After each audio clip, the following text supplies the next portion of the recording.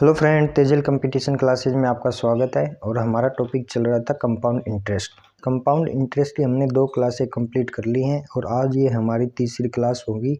इसमें कुछ क्वेश्चंस करेंगे और कुछ कंसेप्ट सीखेंगे। अगर आपने अभी तक वो पीछे वाली क्लासें नहीं देखी हैं तो प्लीज़ वो क्लासें जाके देखिए, उसके बाद ये क्लास ज़रूर देखना। तो आज का हमारा पहला ही क्वेश्चन है, यदि तीसरे वर्ष का चक्रवृद्धि ब्याज 490 रुपये है तथा ब्याज की दर है वो 16.66% है तो दूसरे वर्ष का ब्याज ज्ञात करिए। तो इसमें क्या दे रखा है अपन को, जो तीसरे वर्ष का ब्याज है वो 490 रुपये और जो रेट ऑफ इंटरेस्ट अपनी वो दे रखी है 16.66%। तो इसमें सेकंड ईयर का जो ब्याज है वो ज्ञात करना।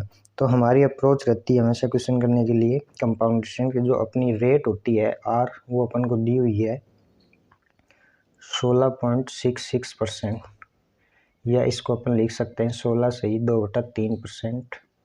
और इसका जो फ्रैक्शन होता है वो होता है 1/6। ये अंश ये हर। तो हमने क्वेश्चन जब भी अपन को ऐसे क्वेश्चन करने पड़ते हैं तो हमारे पास में सबसे पहले क्या होना चाहिए, मूलधन। यहाँ पे मूलधन दे नहीं रखा तो हम क्या करते हैं, अगर कितने साल का दिया हुआ है तीसरे वर्ष का तो 3 वर्ष का, तो अपना जो हर होता है उसका क्या करते हैं क्यूब। अगर 2 वर्ष का होता है तो उसका करते हैं स्क्वायर। तो अपने यहाँ पे मान लेते हैं हमारा जो मूलधन होगा लेट पी वो 6 का क्यूब कितना होगा 216, कितना हो जाएगा 216। तो अब यहाँ पे देखते हैं जो अपना फर्स्ट ईयर का है वो ब्याज कितना हो जाएगा 216 का 1/6 कितना होगा 36, कितना होगा 36।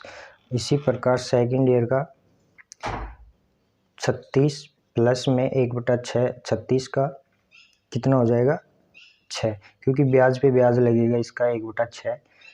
ठीक है, तभी तो चक्रवृद्धि ब्याज है। अब थर्ड ईयर का हो जाएगा अपना 36 प्लस इन 36 पे ब्याज लगेगा, ये हो जाएगा 36 पे 72 का 1/6 हो जाएगा 12 प्लस इस 6 पे ब्याज लगेगा 1/6 तो ये हो जाएगा 1। ठीक है, यहाँ तक आपको कोई दिक्कत नहीं होनी चाहिए। मैंने पीछे वाले क्वेश्चंस में आपको समझा दिया गया था। अब ये बोल रहा है तीसरे वर्ष का, कितने का, तीसरे वर्ष का जो चक्रवृद्धि ब्याज है वो 490 रुपये है। ठीक है, अब जो तीसरे वर्ष का जो चक्रवृद्धि ब्याज बनेगा वो अपना बनेगा 36 प्लस 12 प्लस 1। तो ये टोटल कितना हो जाएगा, थर्ड ईयर का टोटल हो जाएगा अपना 49। कितना है 49। और इस 49 की इसने वैल्यू दे रखी है 490 रुपये। कितनी दे रखी है 490 रुपये। यहाँ पे देखते हैं अपन, अगर 49 की वैल्यू 490 रुपये है तो एक की अपने पास कितनी हो जाएगी 10, कितनी हो जाएगी 10। अब पूछ रहा दूसरे वर्ष का ब्याज, तो दूसरे वर्ष का ब्याज यहाँ ये होगा अपना 36 प्लस में 6 कितना हो जाएगा 42। अगर 42 है, 42 उसकी वैल्यू दे रखी है तो अपन 1 बराबर 10 है तो 42 की कितनी हो जाएगी इंटू 10, तो ये कितना हो जाएगा 420 रुपये। इसका क्या हो जाएगा सेकेंड ईयर का मूलधन। ठीक है, अगला क्वेश्चन करते हैं। अभी अगला क्वेश्चन हमारे पास है, किसी राशि पर 8% चक्रवृद्धि ब्याज की दर से पहले वर्ष का ब्याज 48 रुपये है, दूसरे वर्ष का ब्याज क्या होगा। ये भी क्वेश्चन उसी प्रकार से है। तो चलिए देखते हैं। हमारी जो रेट है, रेट ऑफ इंटरेस्ट है, वो दे रखा अपन को 8%। कितना दे रखा 8%। अब 8% का फ्रिक्शन होता है 2/25। ठीक है, तो अब यहाँ पे क्या करेंगे, अपने मूलधन मानेंगे। तो मूलधन अपना हो जाएगा लेट पी, ये कितने वर्ष का है 2 का, तो 25 का स्क्वायर कितना 625, कितना हो जाएगा 625। ठीक है, तो फर्स्ट ईयर का 625 का 2/25 कितना हो जाएगा 50, कितना हो जाएगा 50। इसको 25 किया तो 25 है, 25 को 2 से 50। इसी प्रकार सेकंड ईयर का तो ये हो जाएगा 50 प्लस 2/25, इस 50 का 2/25 कितना होगा 4, कितना होगा 4। ठीक है, यहाँ तक आपको कोई दिक्कत नहीं होनी चाहिए। अब ये बोल रहा है पहले वर्ष का जो ब्याज है वो है 48 रुपये। अब जो पहले वर्ष का ब्याज है वो अपने पास है 50, जो 50 है इसकी वैल्यू इसने दे रखी है 48, कितनी 48। तो एक की हो जाएगी कितनी 48/50, कितनी 48/50। जब इसको सोल्व करेंगे तो ये अपने पास आएगा 24/50। 25, कितना आएगा 24/25। अब पूछ रहा है दूसरे वर्ष का ब्याज क्या होगा। अब दूसरे वर्ष का ब्याज अपने पास है 54, कितना है 54, यहाँ पे दे रखा है 54। तो जब 1 बराबर 24/25 है तो 54 का क्या हो जाएगा 24/25 से मल्टीप्लाई करेंगे तो ये हमारे पास में आ जाएगा 51.84 रुपये। कितना आ जाएगा 51.84 रुपये। ठीक है, चलिए अगला क्वेश्चन करते हैं। अभी अगला क्वेश्चन हमारे पास है, यदि 2 सालों का चक्रवृद्धि ब्याज 42 रुपये तथा दर है वो है 10% वार्षिक, तो तीसरे वर्ष का ब्याज ज्ञात करें। तो इसमें अपनी रेट दे रखी है वो कितनी है 10%। ठीक है, तो 10% का फ्रैक्शन 1/10। ठीक, अब जो अपना मूलधन होगा लेट पी वो इसमें कितना दे रखा है 2 सालों का चक्रवृद्धि ब्याज 42 रुपये तथा दर है वो 10%। तो तीसरे वर्ष का ब्याज ज्ञात करें।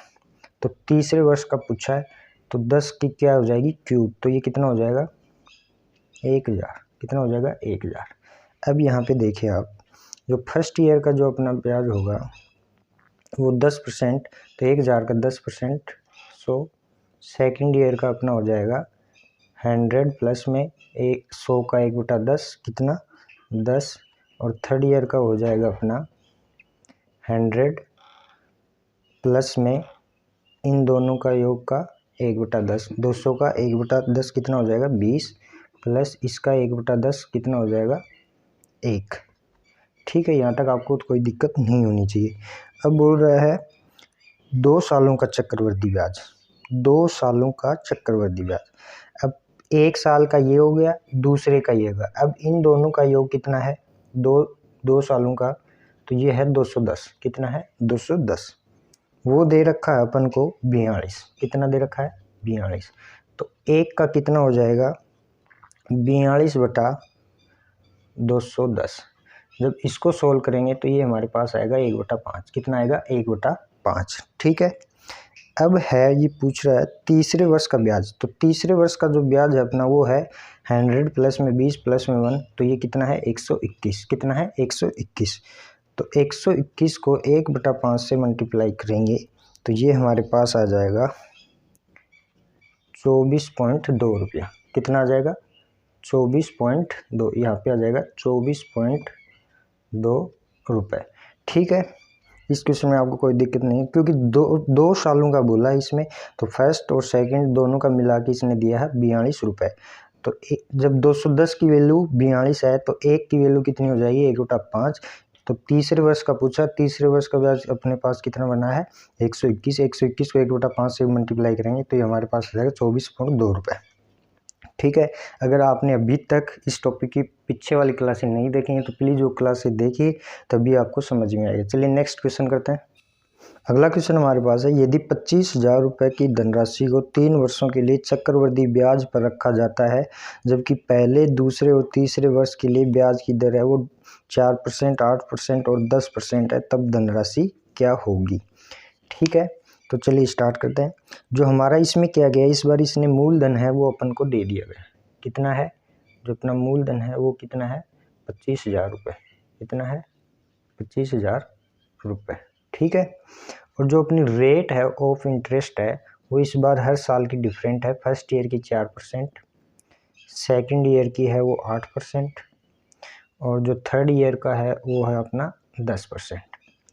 ठीक है, अब आपको कोई दिक्कत नहीं होनी चाहिए।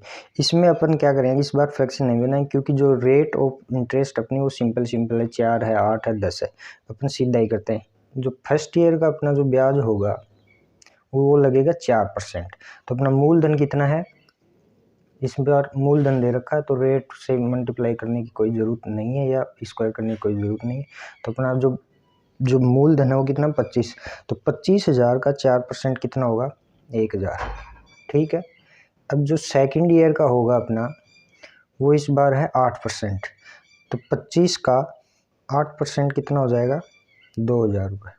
कितना 2,000 प्लस एक जो 1,000 रुपये मिला था 1 साल का, उस पर भी 8% ब्याज लगेगा। जब ब्याज पे ब्याज लगता है तभी तो चक्रवृद्धि ब्याज बनता है। तो 1,000 का 8% कितना हो जाएगा 80। ठीक है, इसी प्रकार थर्ड ईयर का, जो थर्ड ईयर का है वो 10%। तो 25,000 का 10% हो जाएगा अपने पास 2,500 रुपये। ठीक है, अब जो फर्स्ट ईयर और सेकंड ईयर का जो स्टार्टिंग जो ब्याज था उस पे जो लगेगा वो हो जाएगा 3,000 का 10%, तो ये कितना हो जाएगा 300।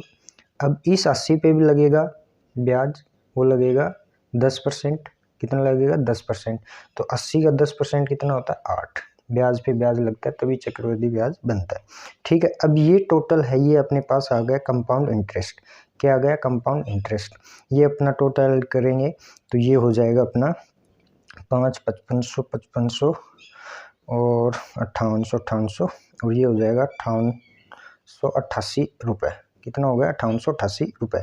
ठीक है, अब ये पूछ रहा है तब धनराशि क्या होगी, तो अपने पास मूलधन 25,000 रुपये है और कंपाउंड इंटरेस्ट इतना है, तो अपने को पूछ रहा है वो मिश्र धन कितना होगा, तो 25,000 प्लस में 5888, तो ये अपने पास में टोटल हो जाएगा 30,888 रुपये। कितना हो जाएगा 30,888 रुपये।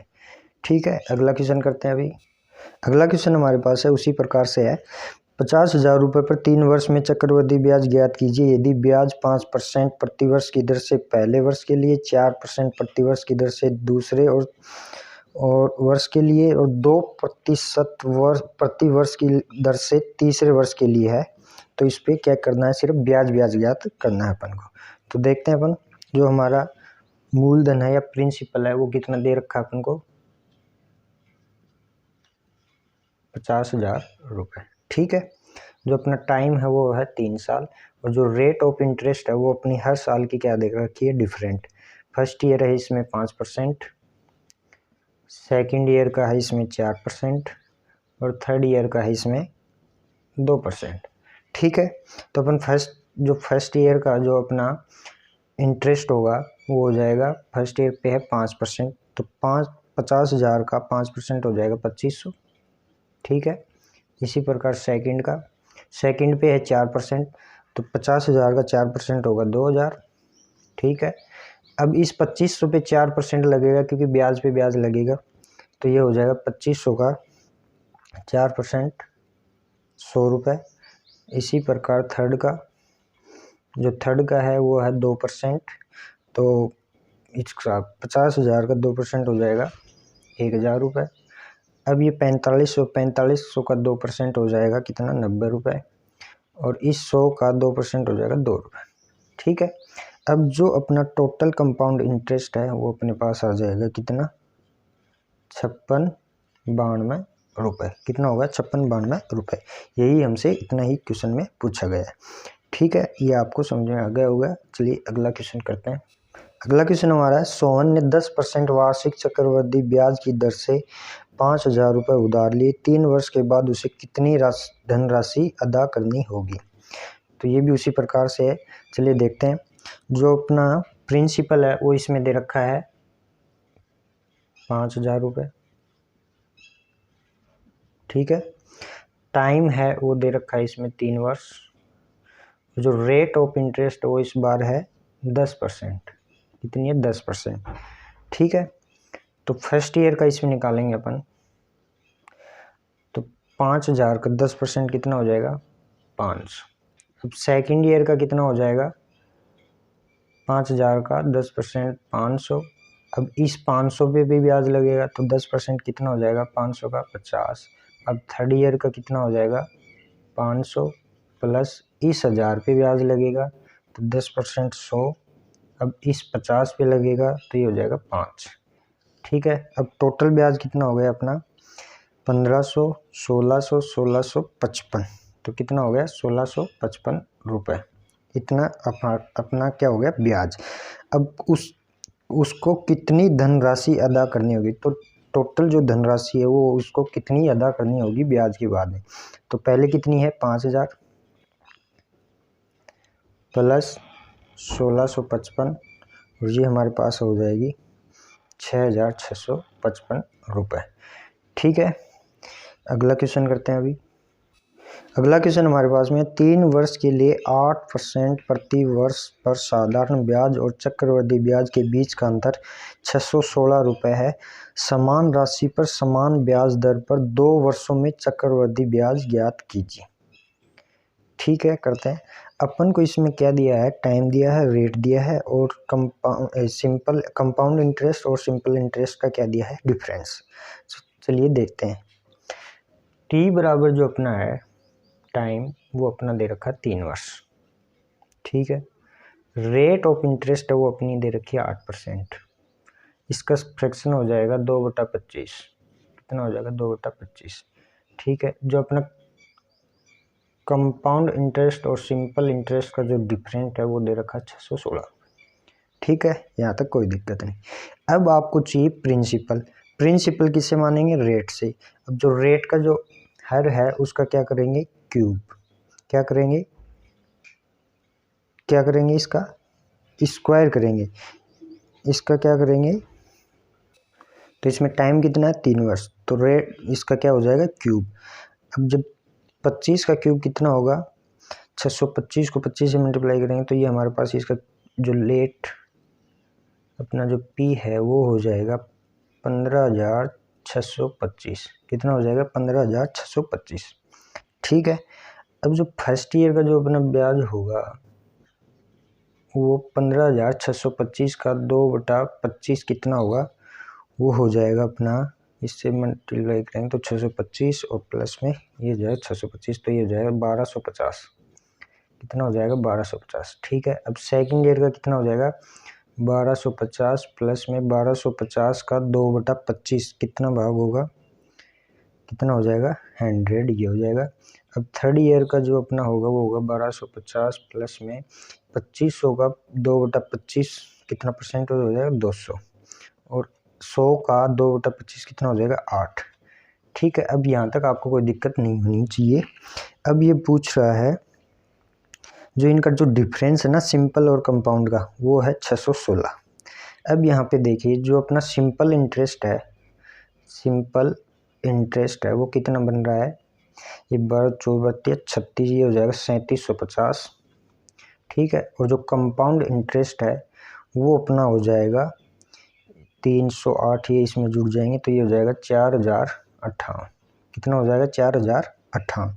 जो इनका डिफरेंस है वो अपने पास हो जाएगा, वो हो जाएगा अपना 308। कितना हो जाएगा, 308। इस 308 की जो वैल्यू है अपन को दे रखी है 616। ठीक है, अगर अब यहाँ पे देखते हैं अपन, इस साइड में देखते हैं, अगर 308 की वैल्यू 616 है तो एक की वैल्यू कितनी हो जाएगी, 2। कितनी हो जाएगी, 2। ठीक है, अब ये पूछ रहा है 616 रुपये, इसको क्या मिला था, अंतर था, उससे अपन अंतर को डिफाइन कर लिया कि 1 बराबर 2 है। तो अब ये बड़ा समान राशि, यही तो इसका क्या हो, मूलधन, और समान ब्याज दर, यही इसकी क्या हो, रेट, और 2 वर्षों के लिए इसका चक्रवृद्धि ब्याज क्या है, ये तो ऑलरेडी निकाल रखा आपने। तो 2 वर्षों का इसका चक्रवृद्धि ब्याज कितना है, यहाँ पे 1250 प्लस में 100, तो ये टोटल कितना हो जाएगा, 2600। अपना 1 बराबर 2 था तो 2600 को 2 से मल्टीप्लाई करेंगे तो ये अपना कितना हो जाएगा, 5200 रुपये। इसका जो 5200 रुपये है वो 2 साल का क्या आ गया, चक्रवृद्धि ब्याज।